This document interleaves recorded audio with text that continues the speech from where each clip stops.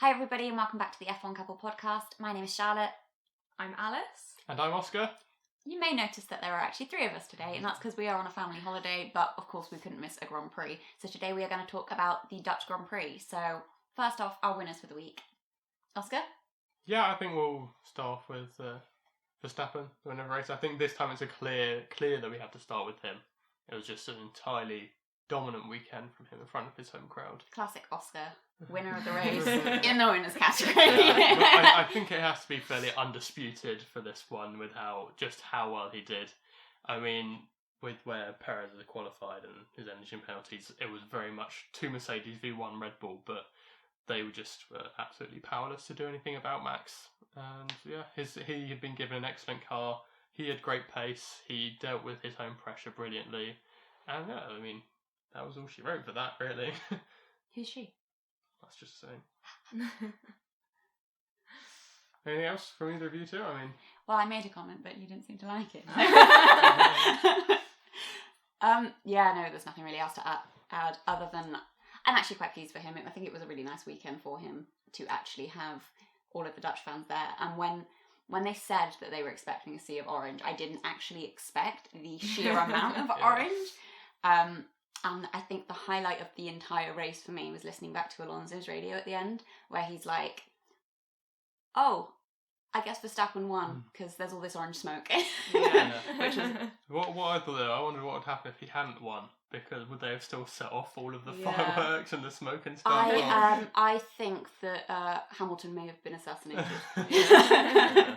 Yeah, I know. Like with what I thought was really weird was when they did the national anthem for the podium as well, where it was like the lady who sang on the grid sang the Dutch national anthem again, which was so extra. I wasn't a big fan of that. They don't do that anywhere else. I do think that it was an important day though for the Dutch people because it's been so long that they've actually raced there, and they probably wouldn't have. They obviously wouldn't have brought her back to sing the British national anthem. I like the idea. I like the idea that they would though. That they'd have made her like if Leclerc had won, say she had to try and sing the Monaco anthem. I do like that. Yeah. But yeah, I don't think that there is too much to say really. The winners category this week is Verstappen. We have nothing else to say. Podcast. No, not funny. Not quite. No. I think there are definitely other people. I do think there are other people. Alice, who was one of your winners for the week? Wow. One of my winners, ladies and gentlemen. Gasly had a great qualifying, he put his best qualifying. Yes. Yeah, I think so. Yeah. And then had a great race, started 4th, finished 4th. Good job here. Yeah. I think it was entirely down to the fact that you have now purchased the Pierre Gasly hat, which he was sporting for the entirety of the whole weekend. I was like, Pierre's wearing Oscar's hat. No, he wasn't, because the side is very slightly different. Yeah, and it's the strap, I think it's slightly different. It was, but he did pull the little tuft of hair out just so that he matched. It was very sweet. I think it was a lucky charm. That's what I say. Yeah. So here's the question. Obviously, this week they have announced that Gasly is staying at Toro Rosso. That's a blast from the past. Yeah. AlphaTauri. Do you think, given Gasly's performance in races like this one, he really deserves to be at a better team than that? I mean, yeah, if you had it so that the people who were performing best were in the best cars, then I think he'd probably be a few teams higher up. But was there anywhere better for him to go this year? No, probably not, really. I agree with you. I mean, it's clear that Red Bull don't want to re-promote him back to their seat, and there wasn't really any other space. They did the only other space really was at Mercedes, and honestly, I really, really wanted a plot twist when it was like, once we knew Bottas was going, that it was going to be, and joining Mercedes next year is Gasly, and we'd be like, what? I did actually say the same thing as well. I thought that would be really funny. I could see him going to Mercedes to replace Hamilton though. I think I could actually see that happening, because I think he would play a role where he would be like quick on his day, as we see that he is. But he wouldn't necessarily, if like George Russell is going to be the one who's really going to replace Hamilton and being the one who's going to go on and win multiple world championships, and I could see Gasly being quite a good teammate to that. But in some ways less like passive than Bottas, or the Bottas role in that. Yeah, I mean, not quite as Bottas-y a role. I can't really think of someone to compare to. Maybe a bit more like Mark Webber when he was at Red Bull, where he wasn't quite as passive. Like Was that with Vettel? Yeah. Like it's certainly in some seasons he was close challenging. Then it was more that he had up seasons and down seasons. So ones where he was very close to Vettel, and ones where he was quite far off. Yeah. I think that could actually be a reasonably healthy relationship. Anyway, I'm sure we're going to talk about that in depth that won't be for some year. That was like years off, rather. No. I mean, I think that we'll probably go through the whole grid for next year once we know everything. But I guess the last one, which for me kind of just happened, but like sort of snuck through. I guess it's Alpine. I mean, they've done a really solid job with their drivers this week. All got points, correct? Yeah. It's like, did they have points? And Alonso is just, I said to you while we were watching it, he's just somebody that I love watching drive. He is so, like, he was taking so many risks, especially on that banky bit. Turn 3. Yeah. What's it called? What did they call it? The banking. Was it banking? Yeah. It was just like, you could see he was absolutely on the edge of what he could do, but he would not take anywhere, like he wouldn't go any further. He knew his limits, and it was just, I love it. It's great. And for me, he feels like he's back now. He's comfortable, and he's like on it. While we're talking about that as well, I really did love the banking on this track. Especially in qualifying, watching the cars go around it, and like on lap 1 as well, especially in some of the like the F3 race as well, seeing all the cars going around turn 3, one behind the other as flat out as they can. It was really beautiful. I'm glad to see banking back on the calendar. I mean, it wasn't the most spectacular race around this track, but I love how it flows in the banking. I found it so interesting. I don't think I've ever actually watched something like that before. I thought I was on like Cooper Cape or Mario Kart going up around the banking. I mean, obviously we watch it in like IndyCar and stuff as well when they're around the ovals, but in F1 it's pretty unseen. I think the last time was the US Grand Prix in 2000 and something when they were at Indianapolis and they used some banking. I think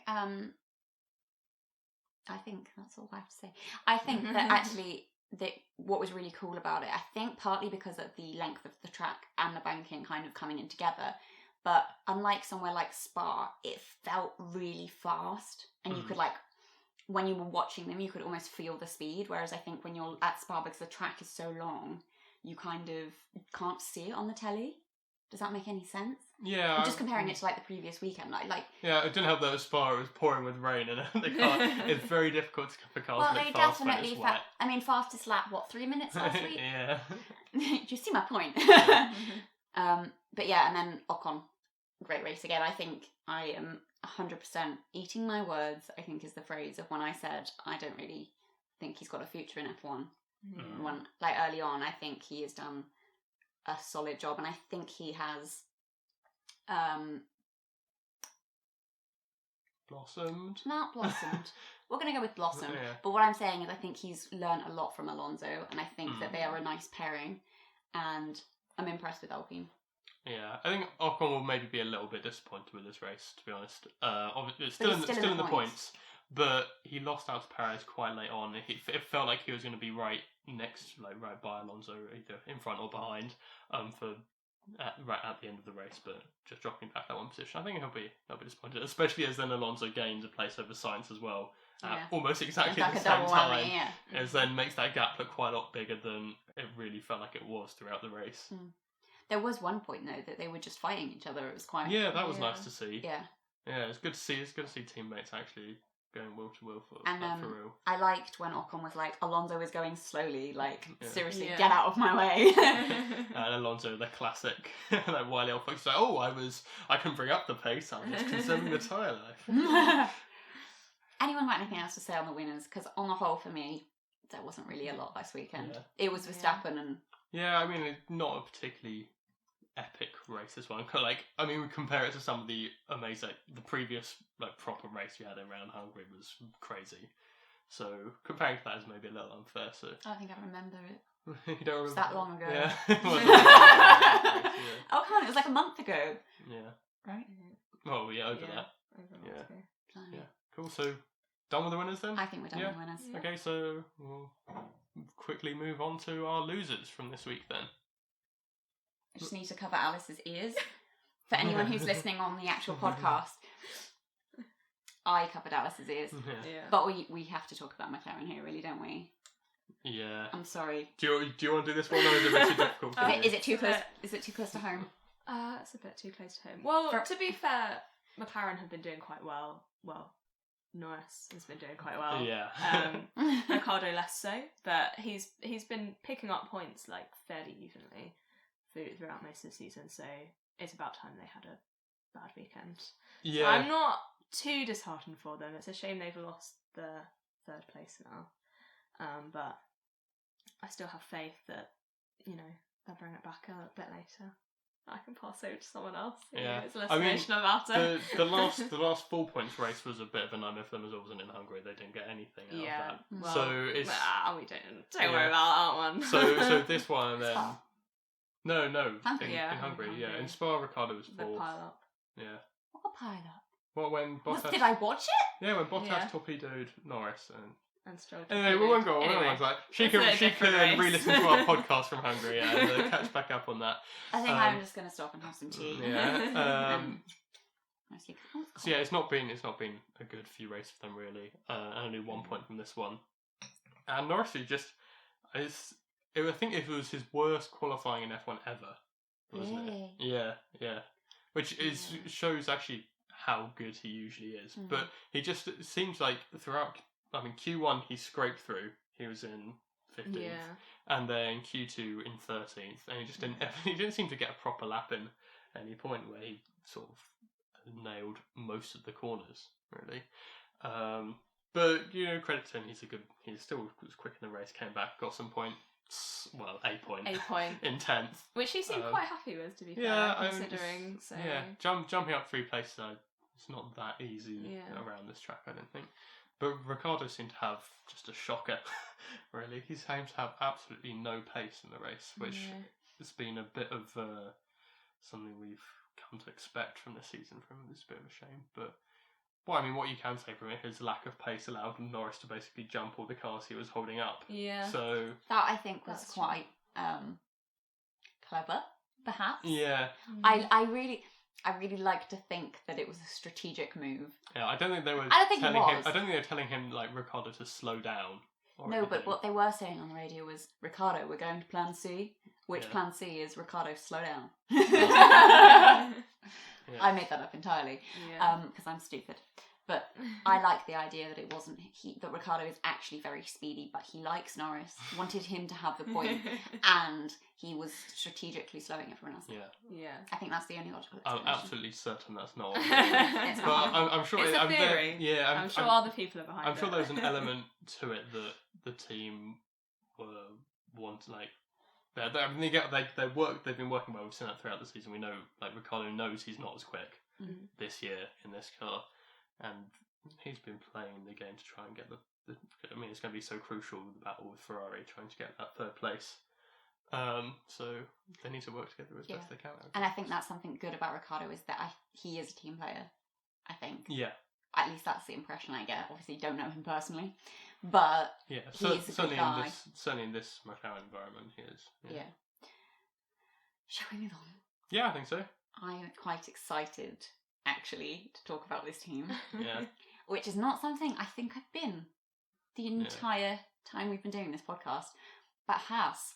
Yeah, Bit of drama, wasn't there? They rarely get a mention, to be honest, because they're just sort of absolutely out the back. Nothing's happening really to either of them. They're just their own. Well, I think if we mention them every week, the losers category would just be filled up with Mazepin. Yeah. Well, it would just put up the team because they're doing so poorly. That's not fair. Yeah. Schumacher is. Well, I mean, in terms of points and speed, they're nowhere. Speaking of Mazepin, I saw a tweet this morning or yesterday, saying that somebody basically thinks that it's got to the point now that Mazepin is just, everyone's kind of putting the blame on him, and it's just so easy to kind of use him as a scapegoat now. What are your thoughts on that? Or in terms of like just blaming it all on him. what, the pace of the car, or Not the pace of the car, but like anything that's kind of negative to just go, oh, it's Mazepin's fault. Oh, I hate us super. well, if there's any incident involving him, then Yeah. blame him. Yeah, maybe a bit, but I mean, to be honest, it's quite often, if not entirely his fault, at least he has half of the blame when most things. I mean, if we think back to like Imola, when Latifi crashed out behind him, that was just Latifi's fault, and he didn't really have anything to do with that, and people kind of mostly on board with that idea. So I think, but with like other instances, like if you think of the ones from this weekend, well, yeah, he was, if not 100% at fault, probably still majoritively for both.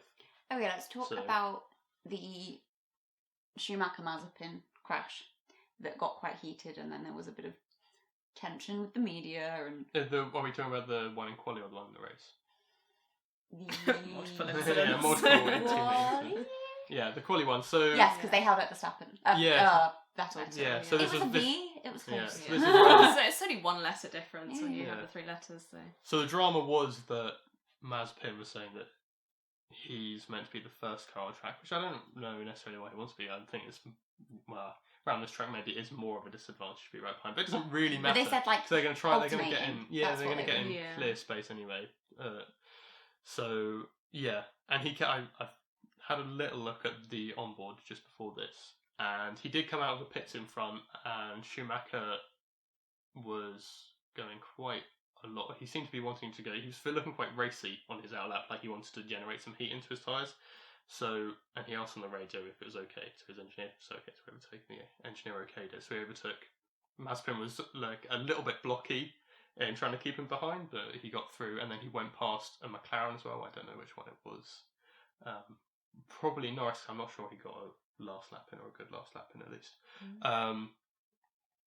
But then Mazepin did what he's been told off by the drivers doing before, which is overtaking in the last few corners. He first overtook the McLaren, and then went to overtake Schumacher, which was then when he blocked Vettel. Then Schumacher went and he didn't go, and then he didn't even get his last time in as well. So I can understand why he was upset, but he's once again broken this unwritten like driver code where you don't overtake in the last sector, and it's like, just like, if he wants to stay in front of Schumacher, go a little bit quicker. I mean, on his outlap. Yeah. Or I mean, it's not entirely his fault, and the problem mostly lies with the team that they're not managing this driver pairing well at all. And I have very limited sympathy because I think before the season started, and when the driver pairing was announced, everyone was like, "That's a big risk having two rookies in your team." I was going to say, what do you think about the whole idea of having two rookies? Well, do you think that was a big mistake in hindsight? Or do you think that it's specifically this pairing that's not working? I don't think it was a mistake in hindsight. I think it was a mistake before they decided to do it. Yeah. I don't think that was much. ever really going to be a great idea. I think, yeah. Obviously, my source is here as Drive to Survive. So, Yeah. But if there is any truth in what they showed, which, it looks like the team needed the funding. And that is I believe that. Do you think that if you were in Günther Steiner's position, what would you, and you could go back knowing what you know now, would you make the same decision on the basis of we need the funding? Yeah, it's not even that they needed the funding; it's that they needed A sponsor.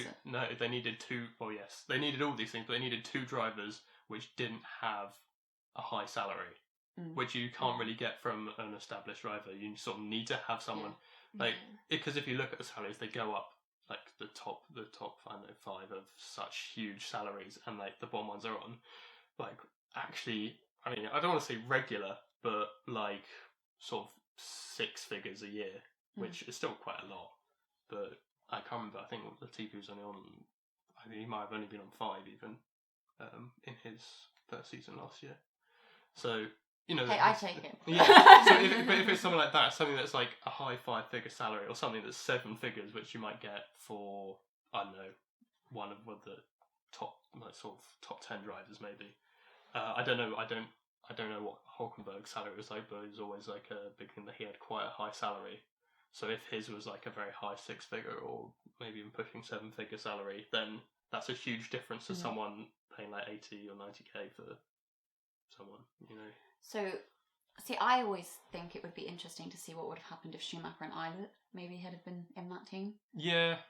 I think they would have maybe been Do you think they'd have been a bit better. passive, or They might have been a better working pairing, but they've been two guys that have been fighting for the title and now are probably fighting for maybe one seat at Haas going forwards. So I think the thing is, if you're going to put two rookies there, they're always going to be wanting to show who's best. I mean, probably with the thing with teammates, they're probably always going to be wanting to show who's best. Yeah. But especially when they're two young people who are fired up like they are. So I think we should maybe move on, but one more question. What are your predictions for 2022? Because obviously we don't know Haas yet, do we? Yeah, well, they've been unofficially confirmed. Like, so I think Gunstein has come out and said that they're going to be kept on at some point, I don't know, a few months ago. But I don't know.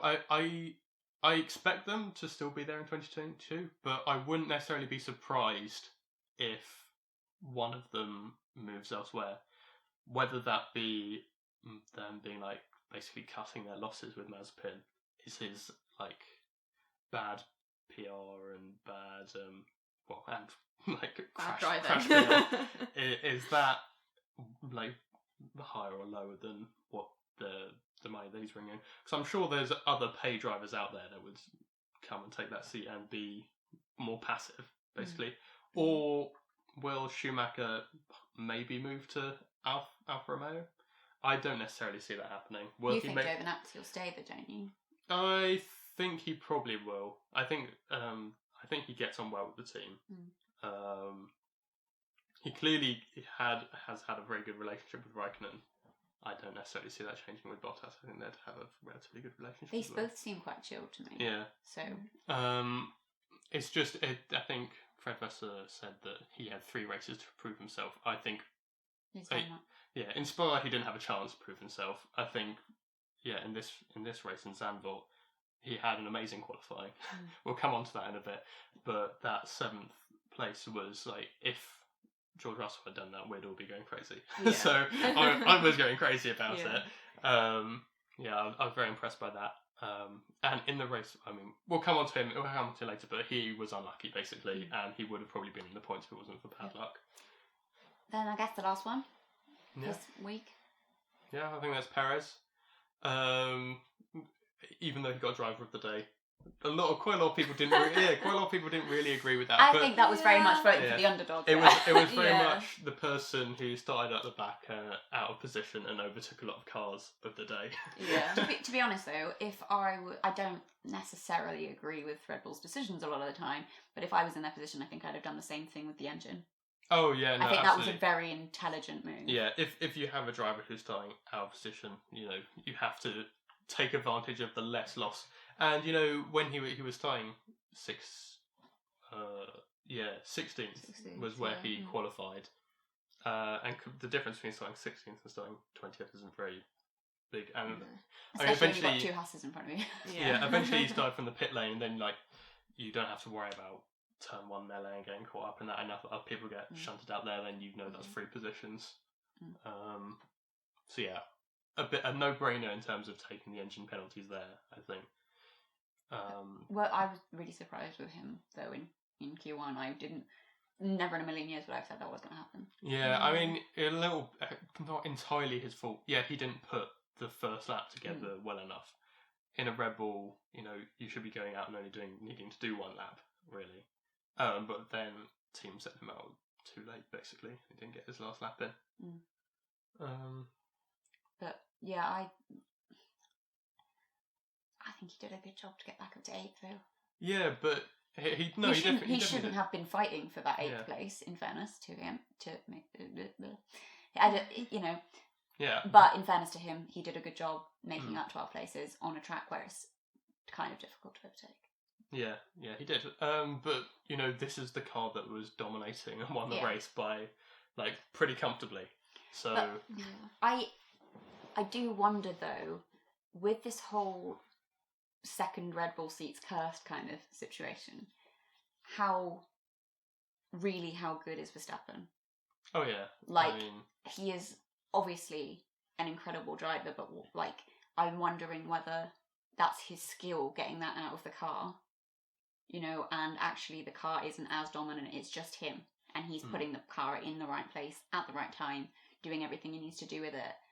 And the car, let's be honest, the car's gonna be designed, built, set up, etc. for Verstappen, right? Yeah, it's gonna be made more to suit his driving style, of course. So I'm wondering whether, because I don't know, because they seem to have a good relationship, and I think Perez seems to be reasonably happy there. Yeah, I mean, he's been given a new contract, so clearly the team want him as well, and are happy with what he's doing. Well, relatively more happy than they were with the last couple of I just think Perez is possibly the only person more unlucky than George Russell in F1.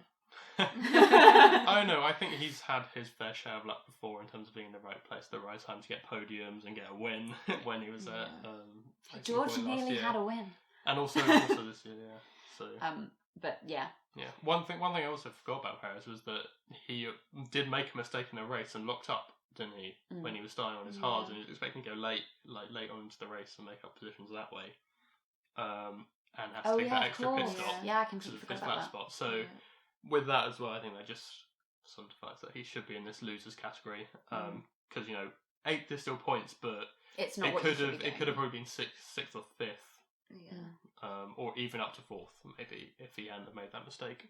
And honestly, he should be getting 4th or better every week. He shouldn't be in a position where he's going out in the first session of qualifying in the first place. So I think that definitely puts him in the losers. Yeah. That's not even the first time it's happened this season, is it? In Q1, I think so. Yeah. I think it's the first time he's gone out in Q1. Obviously, in the sprint in Silverstone, he spun out and then started the race from the back. Yeah. But I don't think any other time he's been out in Q1. Probably Q2, I think he has been. Oh, yeah. Sure. Shall I move on? Yeah, I can't think of anyone else who's a massive loser. But I think there's... you. Classic. This is what happens when we bring the sister in on the action. Yeah. So I think it's about time we move on to our honourable mentions for this week. I think we should start with Hamilton. I was honestly a little bit begrudged to put him in this category and not in the winners. Because I don't think there's much else he could have done this weekend, given that Red Bull's car just seems to be clearly the faster car. Yeah. He definitely knew that as well. Yeah. He almost looked deflated in the post-race interviews. He was a bit like, they were just faster. Yeah, I don't know if he was not necessarily deflated, but just sort of like he had accepted that was how it was going to be this weekend, and the second place was going to be the best he could have done. I think as well, with Verstappen at a home race with all the Dutch fans behind him, it's like when you have Olympians and they're the crowd is just Yeah, I mean there aren't definitely were a lot of them. There aren't. Really? I don't know if you saw the Sea of Orange. There aren't that. Where was the orange? There aren't that many other drivers on the grid who have the chance to win their home race. Like Lewis is the one who regularly gets to win his own race. Alonso's won his home race, but I don't actually know if anyone else on the grid has. Gasly won the home race for the team. Yeah, and obviously Leclerc won the home race for the team and was on pole in Monaco. And then he just screwed everything up. We're not talking about that. But I think Vettel maybe has won once in Germany. Yeah. I think he must have done, surely. Yeah. But but Hamilton knows what that's like, and in front of Silverstone, which is probably the best crowd on the grid, so he knows what that atmosphere is like. So I think he was almost, probably not quite, but almost in a way, relatively okay at least with the idea that Verstappen has been able to experience that. Can I have a question? Yeah. Has Ricciardo ever won Australia? No. Oh. He has. There's some curse. Mark Webber always had terrible races in Australia. Ricciardo's did not started twice in there. He's been disqualified once as well from third. And Oh, no. I'm not sure he's ever been on the podium. Oh, when he DNF'd his first race in Renault, he DNF'd not even on lap 1. Yeah. Like, not even on turn 1. Yeah. His wing blew off I do remember that. after about 200 metres. So, yeah, he has horrible luck there. That's quite sad. Yeah. Anyway. Back to Hamilton. I was actually incredibly impressed how close he was in qualifying. He was like 300ths away from Verstappen, given how much quicker it looked like Verstappen was going to be.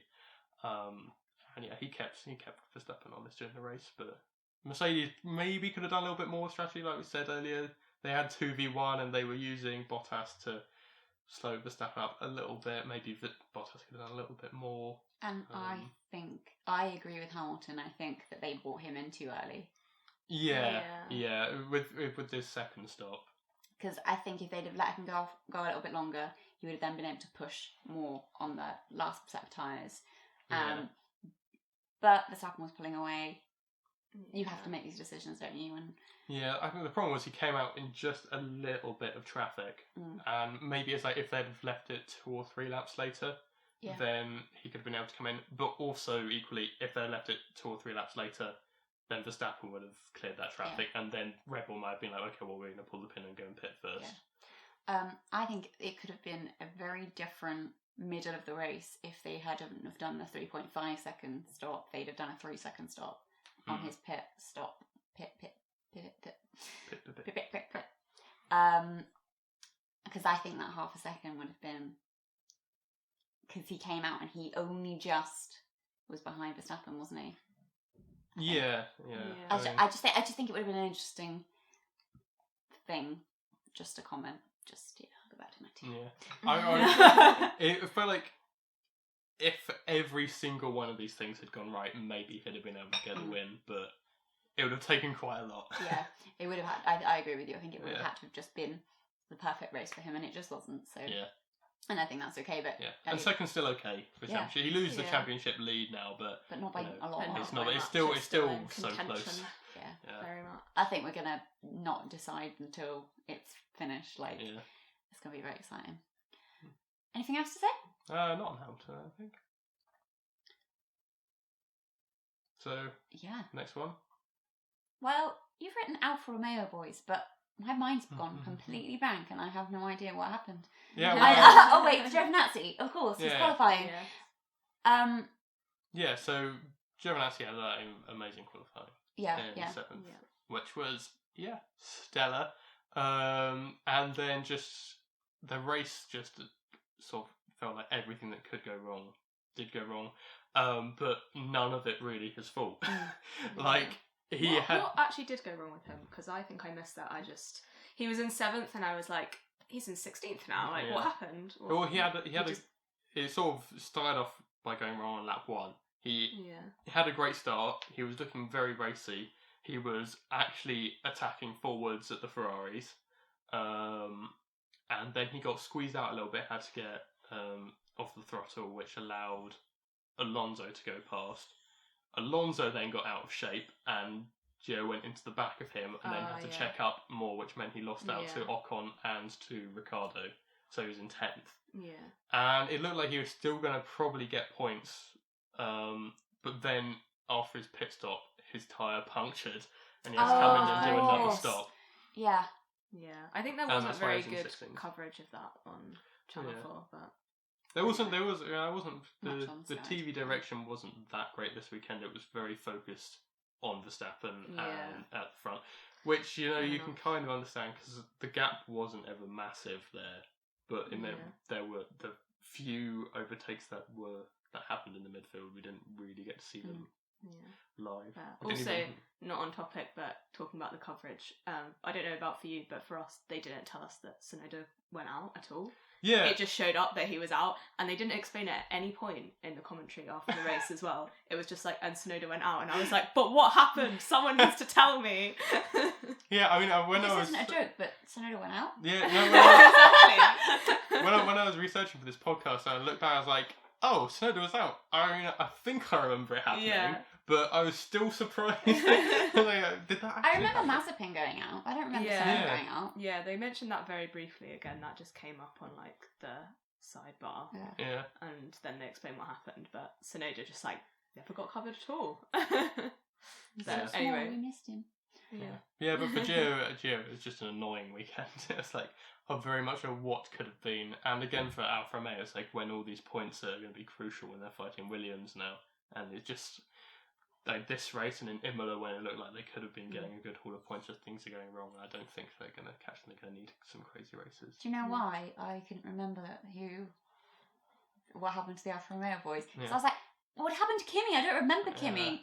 Of course I don't remember Kimi, because Kimi wasn't there. Kimi got COVID. Kimi got COVID. Yeah. Kimi's like, oh yeah, I'm leaving. Oh, I'm going to leave now. Yeah. Yeah, Now that I'm leaving, might as well just take a couple of weeks off. Yeah. He's actually on holiday in Greece with his children. Yeah. Yeah.